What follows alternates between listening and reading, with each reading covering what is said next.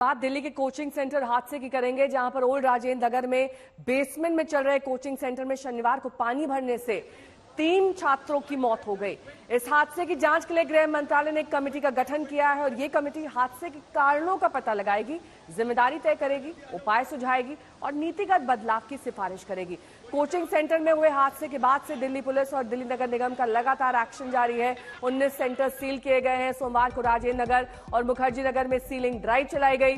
Mayor शैली ओबरॉय ने बताया कि इस मामले में जेई को टर्मिनेट किया गया है, एई को सस्पेंड किया गया है और जेई को टर्मिनेट किया गया है।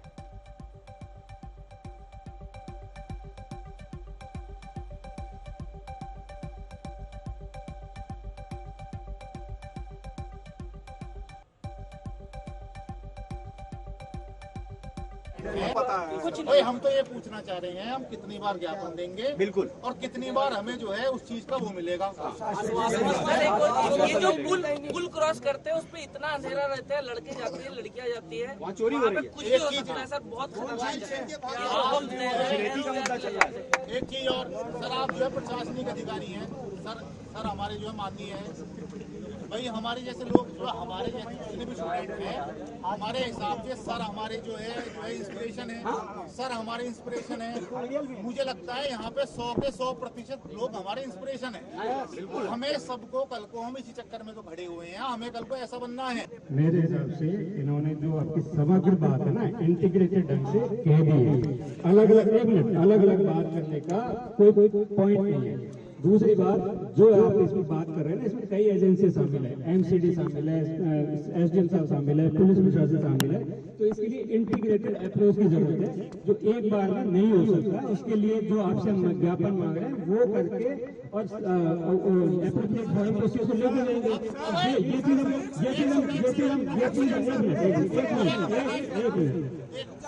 ये चीज का हम अपने एश्योरेंस तो दे सकते हैं अभी। बाकी जो प्रोसेस है वो होने में, चीजें होने में तो टाइम लगता है ना। जो प्रोसेस है उसको होने में तो समय लगता है। एक दिन में सारी नालियां साफ नहीं हो सकती, एक दिन में लाइट सारी अंदर नहीं आ सकती। पता है कुछ नहीं। हम तो ये पूछना।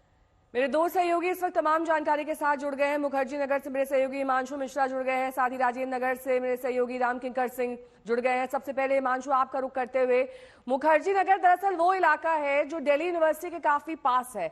यहाँ पर पीजीज की काफी ज्यादा संख्या है, कोचिंग सेंटर्स भी हैं। इन सब पर कार्रवाई हो रही है या फिर सिर्फ कोचिंग सेंटर्स को टारगेट किया जा रहा है अभी फौरी तौर पर?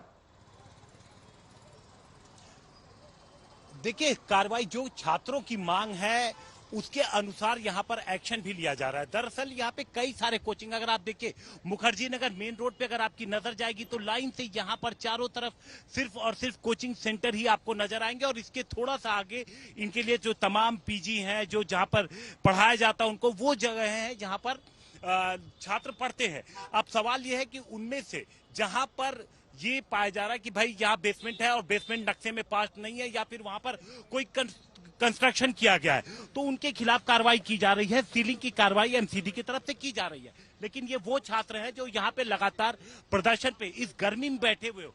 कहाँ से आए हो, क्या नाम है? मेरा नाम शुभम सिंह राणा है, मैं मध्य प्रदेश का निवासी हूँ, मेरा गृह जिला ग्वालियर है। श्रीमान जी की हम लोग कल यहाँ से बैठे, यहाँ के प्रशासन के एक भी अधिकारी को उनके कान में जुआ तक नहीं रहेगा है, चाहे यहाँ के एमएलए हो, चाहे यहाँ के सांसद जी हो, या प्रशासनिक के कोई भी हो, एमसीडी के कमिश्नर हो या यहाँ के जिला कलेक्टर हो, किसी ने अभी तक हमारी मांग को नहीं लिया। उन लोगों ने अभी तक हमारी जानों को इतना सस्ता समझ रहा है, इसकी कोई आने को नहीं तैयार। मैं इसका मेन मुद्दा मानता हूँ कि हम यहाँ के वोटर नहीं है, क्योंकि यहाँ के एक राजनीति जो फंडा होता है। देखिए नेहा, इनका कहना है कि वोटर नहीं है, शायद इसलिए कोई इनको यहाँ पर सुनने नहीं आ रहा और इस गर्मी में ये इस तरीके से रोड के यहाँ पर बैठे हुए हैं। ठीक है, मैं लौटूंगी आपके पास। रामकिंकर सिंह मेरे सहयोगी जुड़ गए हैं तमाम जानकारी के साथ। रामकिंकर, आप उस एरिया में मौजूद हैं जहां पर कल भी हमने कार्रवाई देखी थी, काफी वृहद स्तर पर, वहां पर कई सारे कोचिंग सेंटर्स पर गाज गिरी है। लेकिन अब जेई और एई के खिलाफ कार्रवाई के अलावा आगे किस तरीके से और प्रशासनिक अधिकारी इसके घेरे में आ सकते हैं? क्योंकि एक लंबा चौड़ा नेटवर्क है, ये सिर्फ एक लेवल पर नहीं है, ये कई लेवल पर फैला हुआ है। देखिए, अब तक तो बहुत बातें कही जा रही थी, लेकिन जब दिल्ली के एलजी ने यहाँ का दौरा किया उसके बाद उन्होंने पाया कि किस तरह से खामियाजा मिला उन्हें और किस तरह से गलतियां और कमियां मिली अलग अलग डिपार्टमेंट की, चाहे वो दिल्ली फायर सर्विस हो, एमसीडी हो और चाहे वो दिल्ली सरकार का कोई डिपार्टमेंट।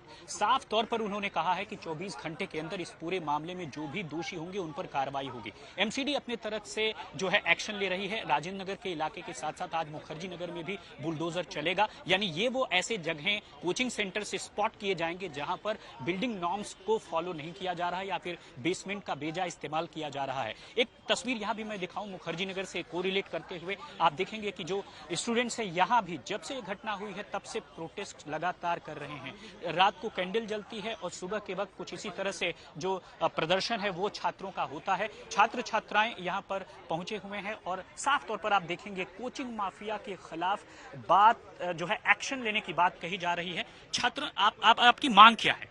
हमारी बहुत पर्टिकुलर मांग है। हमारी मांग कुछ इस प्रकार है कि हम लोगों को हायर अथॉरिटीज जो कि इसमें इन्वॉल्व हैं, जैसे हो गई एमसीडी, आपका दिल्ली जल बोर्ड, ठीक है, और जितनी भी हायर एक्शन जो हो रहा है 2 दिन से कोचिंग सेंटर्स के खिलाफ कार्रवाई हो गई, 20 के करीब कार्रवाई हो चुकी है, सील हो चुके हैं, उसके अलावा क्या आप लोगों की मांग? कार्रवाई ये हुई है कि सील हुए हैं, रामचंद्र, इन छात्रों की मांग को कहीं ना कहीं सुना भी जा रहा है और अनसुना भी किया जा रहा है।